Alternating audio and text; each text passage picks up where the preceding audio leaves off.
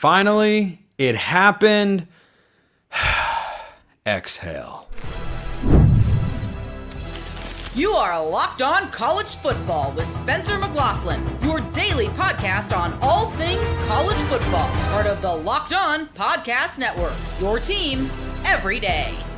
Welcome, everybody, to another episode of Locked On College Football. I'm your host, Spencer McLaughlin. Thank you so much for making this your first listen or your first view every day. Part of the Locked On Podcast Network, your team every day, and your daily source to stay up to date with the biggest stories in this, the greatest sport on planet Earth. BYU will not have Jake Retzlaff this year. What does that mean for the Cougars on the field? Alabama's heating up on the trail. All on today's show, which is brought to you by our friends over at FanDuel. Right now, new customers can get $150 in bonus bets when your first $5 bet wins. It finally happened.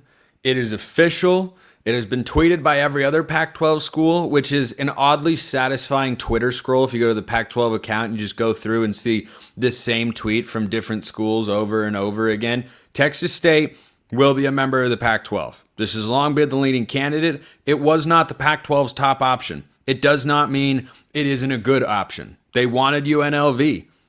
A Pac-12 athletic director, New World Pac-12 athletic director, told John Canzano that they were offering UNLV. They could have come. They said no. Okay, I'll talk about the Mountain West specifically more tomorrow and where they go from here.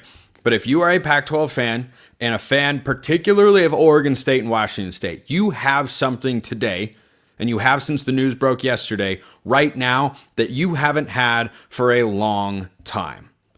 Certainty. You may not like what that certainty is. You may have your thoughts crystallize into the stone cold reality of where the conference is at that is over 108 years old and doesn't look anything like it used to be. That may be it. But guess what? You haven't been able for a long time to say, okay, we know the conference is going to have X, Y, Z, 8 teams at least. Now, I wanted them to go for 2. I would love, as I discussed on yesterday's show, for them to pick up like UTSA as a 9th member for football. If you simultaneously strengthen your conference, enhanced your dipping into the Texas waters football-wise, and weaken the American, you have a really good chance to accomplish what I think the Pac-12 is going to anyway, but you make your odds even better. And that's that the Pac-12 should be able to have more at-large bids than any other G5 league in all of college football. This is a conference. The American is going to be a threat. The Sun Belt can throw teams into the mix. Maybe Appalachian State has a great year. Maybe James Madison continues a run of success. But with Texas State in the Pac-12, and they're not necessarily the needle mover, but now we can say all this definitively because we know the league is going to exist and admit it. Let's be honest with ourselves, Pac-12 fans who've been following this stuff a lot for the last several years. There was still a small part of all of us deep in our brains that thought, I don't know if they're actually going to get it together. I mean, I know they're close. They're right there, but I need to see the official announcement. Okay, we've got the official announcement. So you can relax on that front. The conference is going to exist. The grant of rights is there. What comes next is the media deal. But in a 5-year snapshot, which is essentially what the Pac-12 could wind up being, if we get a tectonic shift in college football in the early 2030s, around the time the Pac-12 grant of rights expires, these schools will be competing really with one another to try to get their way into a Power 4 conference. And you know what? That competition really starts when football kicks off in the New World Pac-12 in the 2026 season. So the race is on to try to position yourself for that, but also there's no guarantee that comes. I and others can talk about the possibility of it from now until the end of time. But that doesn't guarantee, even though it would make a lot of sense and could do a lot of great things for the sport, that doesn't mean it's going to arrive. What is good and logical in college football rarely arrives, as I say repeatedly on here. So the Pac-12 has the stability that they have been seeking, and once the league forms from 2026 through 2031, you've got 6 college football seasons in there. I don't see how the Pac-12 gets fewer than 3 at-large bids from the group of 5 ranks, because you have to have the highest ranked conference champion that's not one of the Power Four leagues. Now, that's not technically how it's written. By the book, the American and Pac-12 champion could both get in and the ACC champ gets left out. That's technically possible. Let's operate in the world of reality. There's going to be one group of 5 team every year, and there are now a lot of really capable programs that are going to compete for that slot. Do I think Texas State is immediately one of those contenders?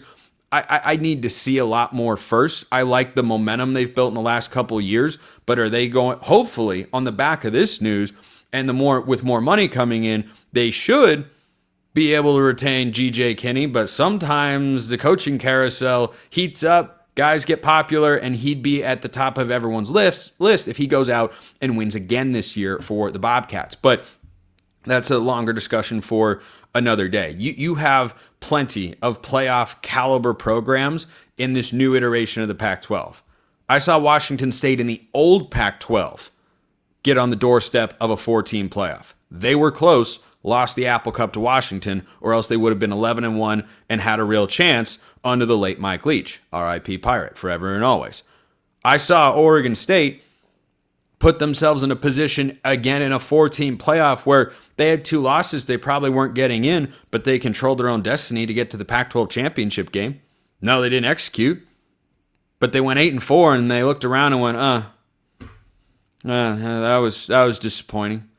Well, that's not how it used to be. But if those programs, and I haven't even mentioned Boise State, who we know can get into the playoff in this caliber of a league, that beat Oregon State and Washington State last year, barely lost to Oregon, beat everybody else in the Mountain West, and of course, that included UNLV twice, en route to making a playoff appearance and putting up a competitive game against Penn State.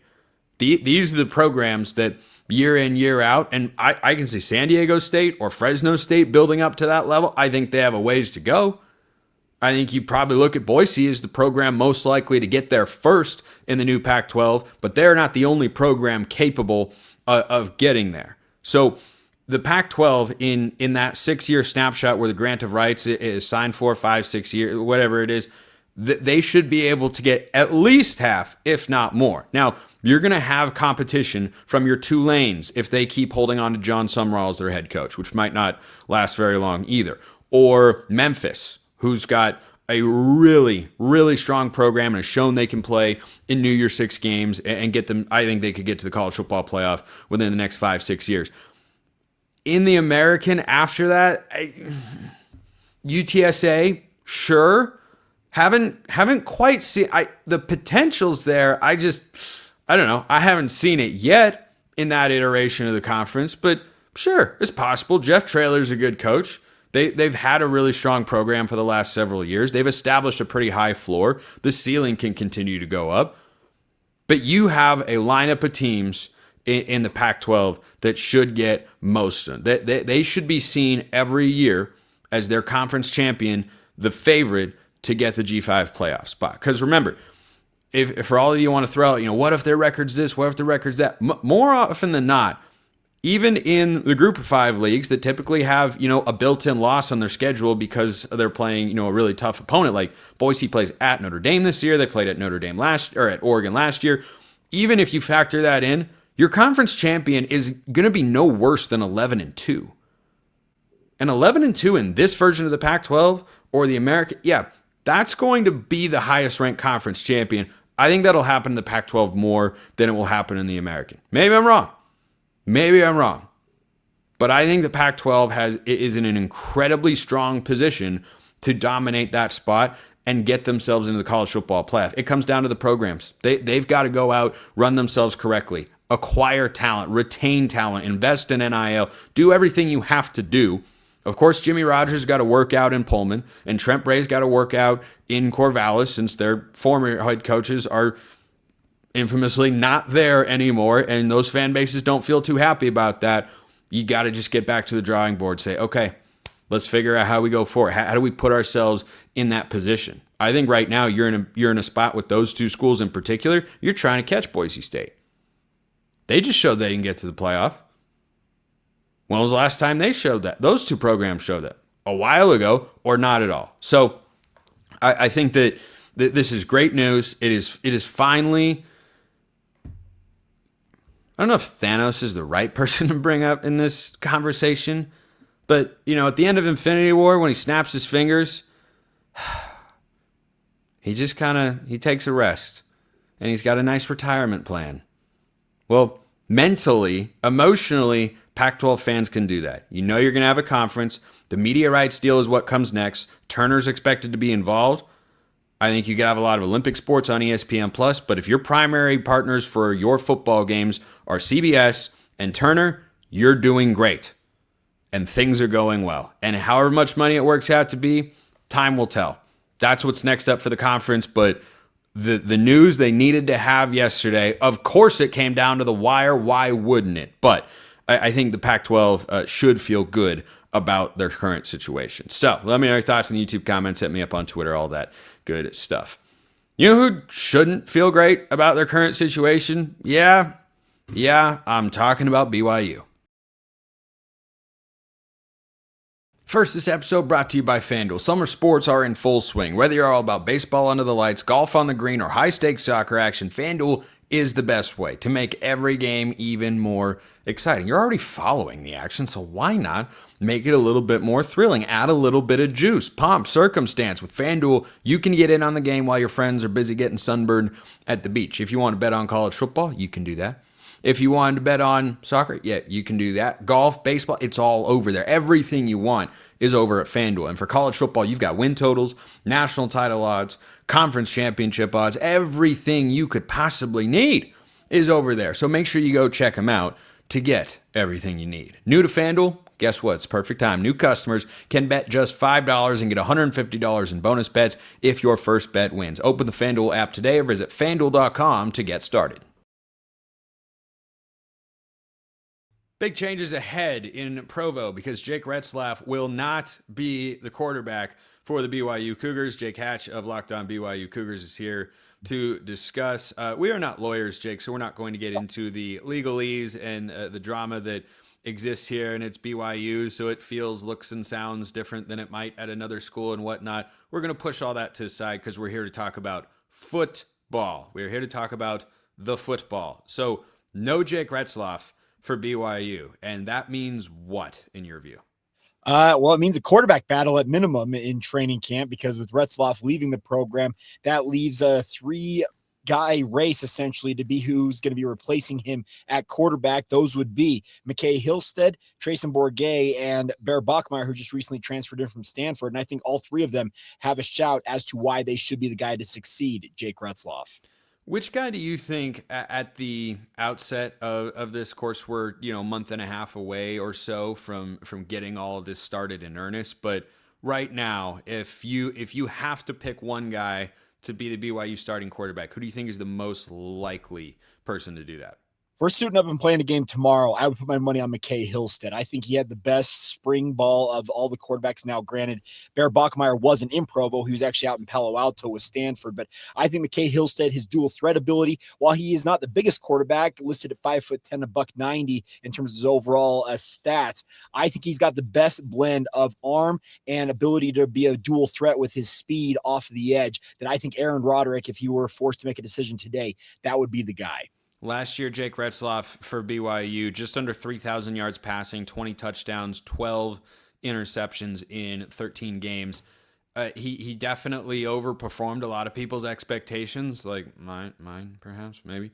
I might have overlooked him just like a smidge. So I don't want to do that again here with the BYU quarterback room. But these guys were not competing with Jake Retzlaff to be the starter. They were going to be his backups for a reason, and that's experience and talent driven. So do you feel like whoever winds up starting with the offensive system they have, the receivers, and everything that goes into a quarterback stat line, do you think there's someone that can put up those sorts of numbers and put BYU in a position to win 9 or 10 games again?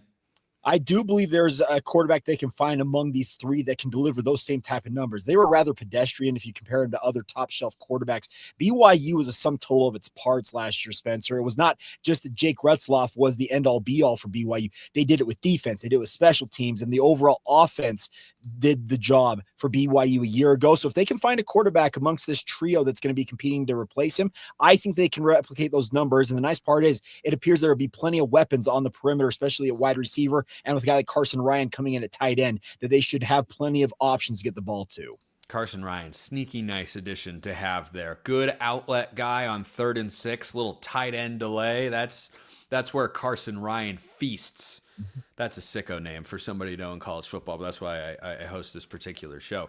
So talk about the locker room component of all this. You know, the off-season drama, or the off-the-field drama, rather, that's happening during the off-season. How do you think that alters the feeling inside of that BYU locker room? Because I have to think after last season, you mentioned that it was very team-driven. Obviously, Kalani Sitake is a big voice in there, as any head coach is going to be. But you have to have players that are leaders in the locker room and on the field. And Retzlaff, to me, seemed like he was one of those guys for BYU. How do they fill that void this fall?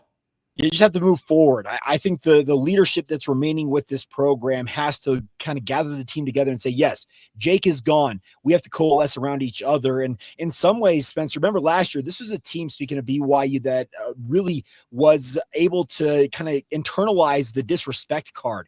Now I think a lot of people are going to overlook the Cougars once again. So it may have given them that extra little bit of motivation, knowing that other teams and other programs out there are going to overlook them simply due to the fact they lost their quarterback. They have the opportunity now to step forward and say, hey, you know what? Our quarterback's gone, but we still have every other piece that we feel like we need to succeed at this level. Let's gather around each other, coalesce around whoever is the quarterback, and let's go do our thing.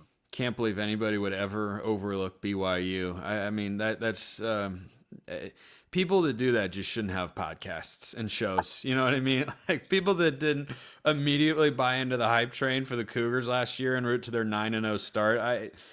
What fools those people are. I can't believe they're still employed, quite frankly. So this is, of course, a very sudden change to the landscape of the Big 12.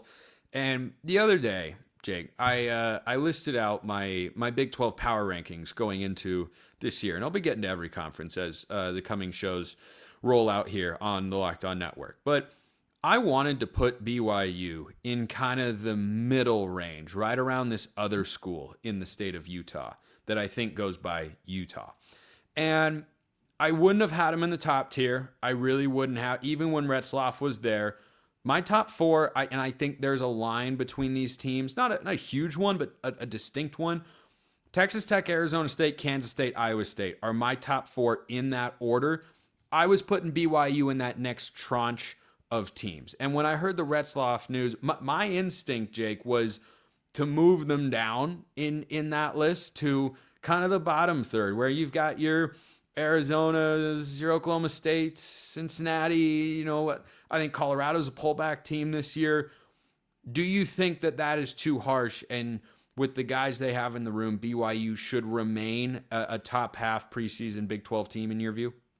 I would say moving them in the bottom third is probably a bit too far, in my opinion, because, like I said, I think this is a team that's built on more than just a quarterback. I think they'll be able to find at least some option at that quarterback position that should be able to replicate those numbers that Retzlaff had last year. But I think a lot of people, just like you, Spencer, are going to put them in that bottom tier with the Big 12, because when you lose a quarterback, there's a hit being taken by your program. There's just no doubt about it. But I think that's something that if BYU is indeed being dropped by people into maybe that lower half, lower third of the Big 12 conference, I can guarantee they are going to play up the disrespect card and say, hey, let's go out there and shock the world for a second straight year.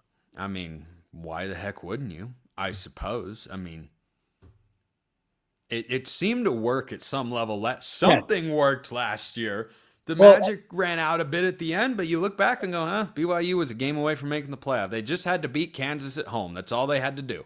Yeah, and that's the thing about it is they have never forgotten. They went on the road last year. I think they were 7-0 or 8-0 at the time. They went to UCF, who had a sub-500 record at the time, and they were a road underdog to the UCF Knights, Spencer. That was kind of the case in point of how much disrespect they felt like they garnered last year amidst a pretty historic start. So, yeah, if they are dropped into kind of that lower tier, I can tell you Kalani Sitake and the rest of the BYU football program will be licking their chops thinking, hey, we're going to do it again. Yeah. What do you feel like the outside mood is for BYU following the situation? Speaking of the fans, who are you asking about? Fans, local media, people that cover the program. I think that we all kind of expected this was going to be the outcome. Speaking of Jake Retzlaff having to leave the program, or at least being suspended for a significant period of time, BYU's honor code, they don't trifle with it. They will uphold that. And it doesn't matter who you are, QB1, a star basketball player, it just doesn't matter. They will always uphold the standards of BYU. And that's what they did. Jake Retzlaff decided it was in his best interest to leave BYU. And obviously BYU is going to wish him well. I'm sure they'll do everything within their power to help him have success wherever he ends up next. But I think the overall feeling outside the program is this was kind of the end that we all expected with regards to this, but now you got to move forward and hope that BYU can pick up those pieces and the rest of the program can move forward from this and continue to play good football. Jake Hatch doing great work as always. Here's a shock of all shocks to conclude today's show. Alabama with a big recruiting win. I just didn't see it coming, guys. I had no idea.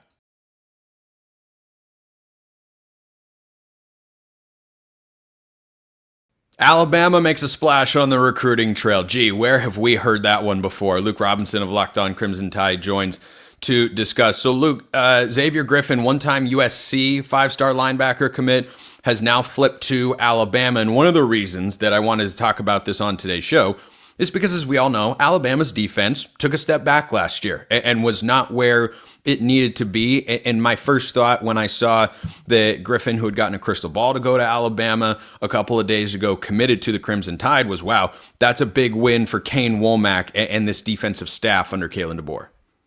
Oh, it's definitely a big win. It's their third five-star in this class. I suspect they're going to get two more five-stars this week in Sadarian Morgan and Jaira Edwards. So I think this class is shaping up to be a monster class for Alabama. All those folks who are having trouble understanding that Kalen DeBoer is going to do well on the recruiting trail here, and hopefully this certainly disproves that notion. But Xavier Griffin is a dude.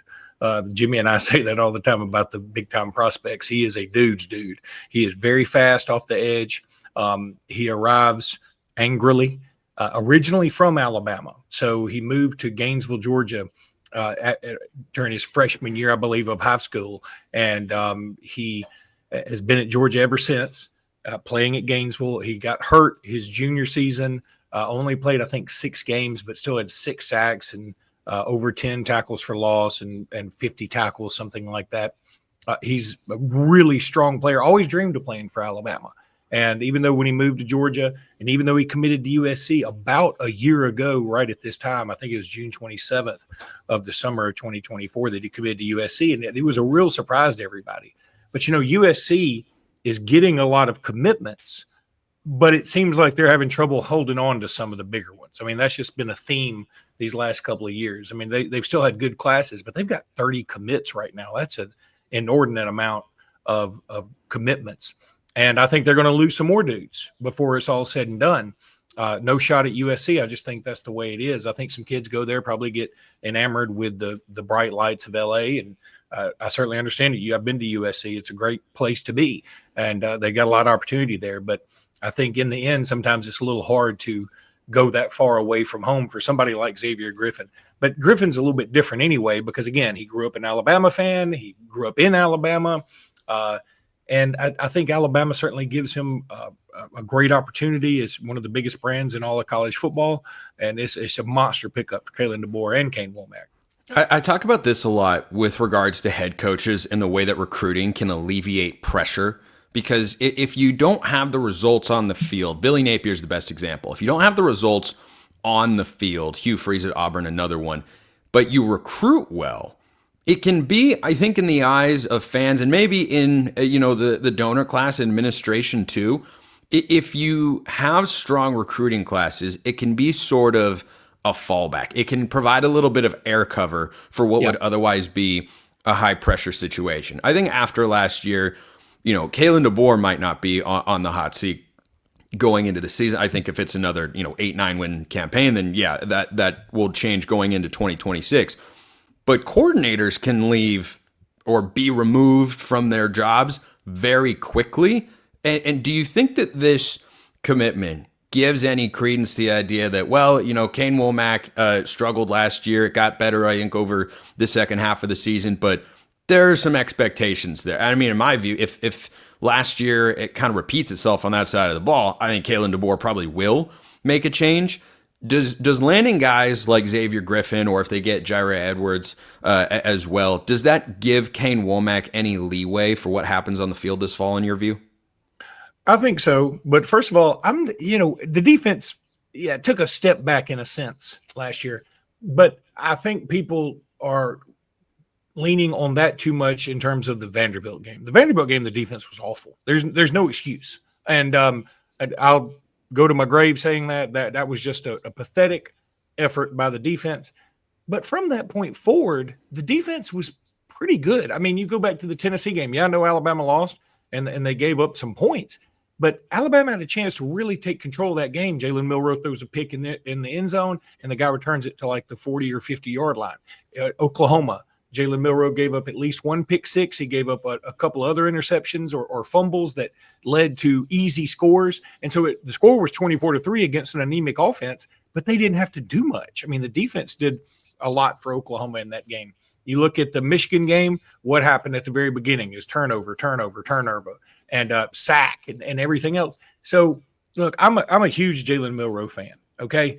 I'm also not above criticizing him to a degree. I feel like last year Kalen DeBoer was a little bit handcuffed in that situation. I mean, it was going to take – boy, it would have taken something pretty serious to make a move. I mean, you go back to even Jalen Hurts and Nick Saban. It took Jalen Hurts had a regression, and finally at the halftime of the national championship game, he said, I've got to do something now. And so it takes a while for somebody to lose trust completely in somebody. And I think that Kane Womack takes a lot of heat, and the defense just wasn't that bad. Yes, a step back in Alabama relative sense. At the same time, I think the defense was okay, and I think they're going to be a lot better this year. Look, I think EA Sports said they have the best defense in the country. Now, that's a video game and all those things, but we all love that video game. Oh, and, yes, we do. A lot of people believe that look, at age 52, I love that video game. So I believe that a lot of people do put some credence into that because they do put effort into trying to figure out how lifelike can we make this. And so that should at least raise an eyebrow. And I feel like the defense is going to be much better this year. You got Tim Keenan was just predicted by Matt Miller's ESPN mock draft to go in the first round of the Minnesota Vikings. That's kind of nuts to me. But, hey, if he's thinking that highly of Tim Keenan, congratulations. And then he's got LT Overton going right after him in the second round to the Green Bay Packers in his mock draft. So two guys along the defensive front going in the first 19 picks of the NFL draft, that's a big deal, and that should help your defense. Yeah, bringing this back to Griffin to wrap today's show, Luke, what do you think his timeline is for playing? Because, you think of big five stars. I think of Xavier Brown, played as a true freshman last year, did a lot of good things, had the big interception in the Georgia game to clinch it. You think about Caleb Downs the year before and how good he has been. Is Griffin, in your view, someone who will step on to campus in the spring, make an impact in spring ball, fly up the depth chart, and then be starting week one? Starting week one, I'm not 100%. I wouldn't bet against it right now. I want to see how everything shakes out with the portal and who's coming back, but I'm certainly not going to bet against it. I think he can have a Will Anderson type of impact, come in and everybody go, whoa, this guy is better than we thought. I mean, that's how good I think he is. So, and this staff has shown they are not against playing true freshmen. I mean, Ryan Williams, Xavier Brown, there were a lot of true freshmen all over the place last year for Alabama. And Alabama's done it historically under Saban too. So, and that's the other thing. If you get guys like this and they can contribute, you better play them. Because if you don't, they'll start looking for other avenues where they can play. Yeah, and those options are plentiful when you have the modern world of the transfer portal. And does that last forever? I don't know. We'll see. But it's the world that we certainly have right now, and it's always better with Luke Robinson, Locked On Alabama. That'll do it for today. Appreciate everyone listening. I will see you next time, and until then, hope you all have a wonderful rest of your day.